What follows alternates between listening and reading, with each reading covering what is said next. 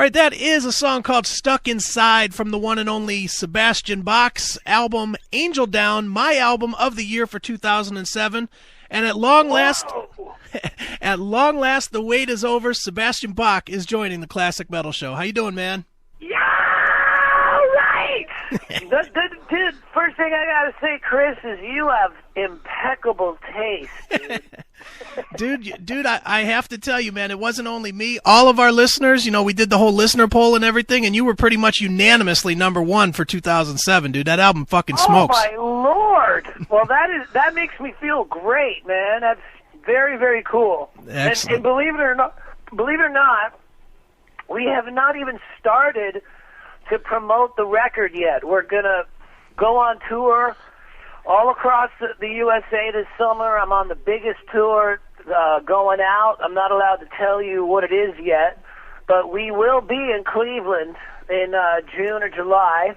Excellent. And so we're also going to do a video for By Your Side, cool. And we haven't even started promoting this thing yet. So I'm really looking forward to coming back to Cleveland and playing all the new stuff live and doing the video and doing all that good stuff. Well, obviously, Sebastian, 9 years in the making, fans, you have to sympathize with the fans that started to wonder if you were going to be like Guns N' Roses and also never put out another record, man. Everybody was curious. Well, if I didn't have all them goofy TV shows, I wouldn't have another record because your listeners should know this, that the music industry is pretty fucked up right now, as far as Walmart and Best Buy, like, shrinking their CD aisles down to pretty much nothing. Like, Angel Down is in stores right now, but it's like finding CD stores is getting tougher and tougher, so we really had to do a great CD, obviously, and then to get it in the stores was a whole nother thing. So if you guys want rock and roll to continue, go support your favorite bands and pick up the new CD. Now, Sebastian, do you think that the future for bands like yourself is more to just, put out a record yourself maybe in the future and just sell it at shows and stuff where you can maximize your return on your, on your time and investment? Well, I don't think it's bands like me. I think it's music. Like every kind of music.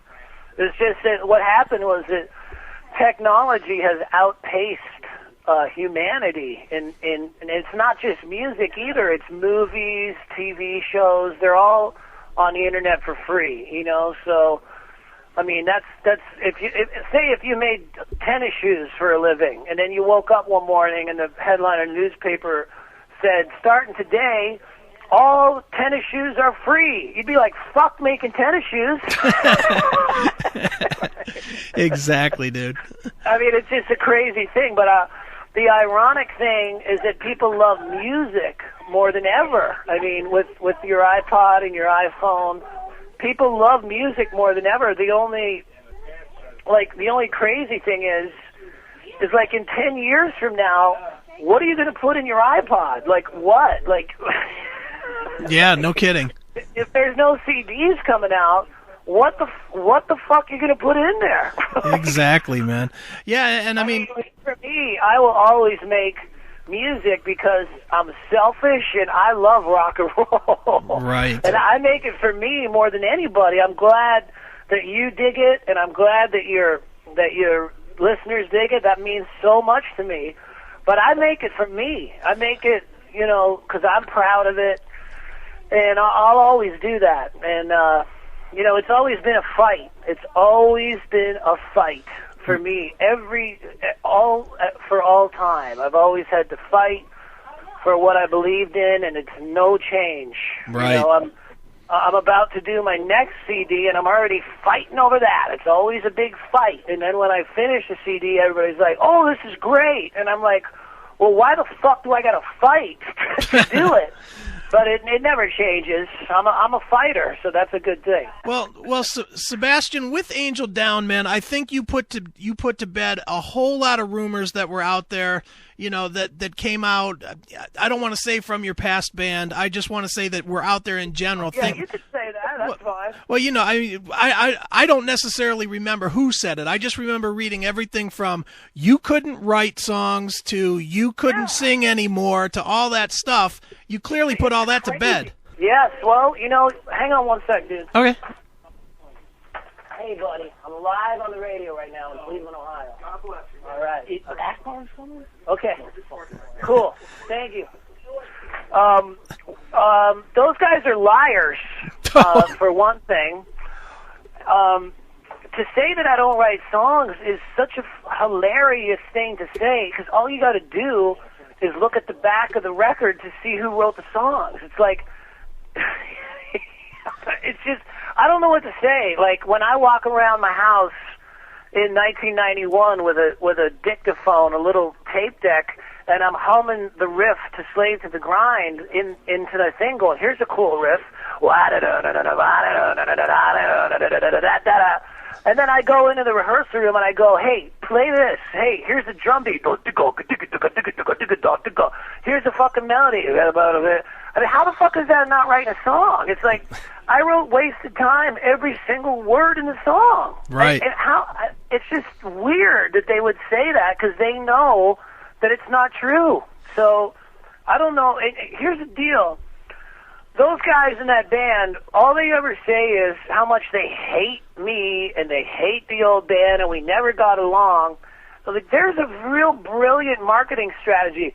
Let's be Skid Row and tell everybody how much we hate Skid Row. There's a great idea. What the fuck?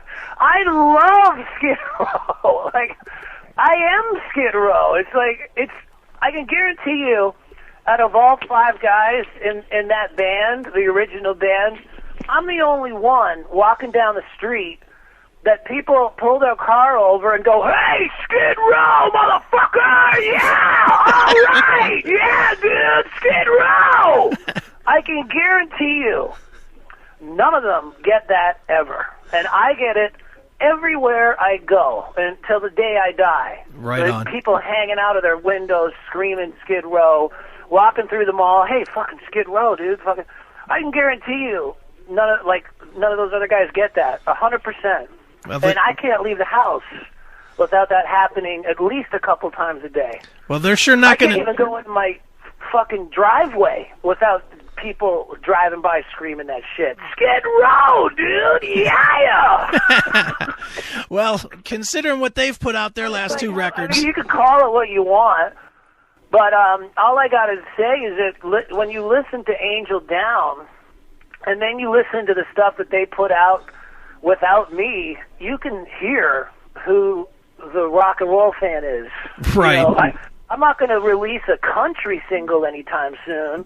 I'm not going to release a punk rock version of 18 Life any fucking time ever soon. You know, that's not me, dude. I think it sounds good the way it is. Right. I guess I'm a real hard to work with or something. I don't know, though, dude. You kind of proved that you could do a rap version of Piece of Me, that's for sure. Well, I guess Britney heard it because she stole the title. Nice. Well, dude. I'm like, Piece of Me, great title. That's a good one. Hell yeah. Well, Sebastian, I do got to ask you about at least one TV project, man. Our audience was enthralled with watching you be S-Bach on Celebrity Rap Superstar, man. Oh, cool.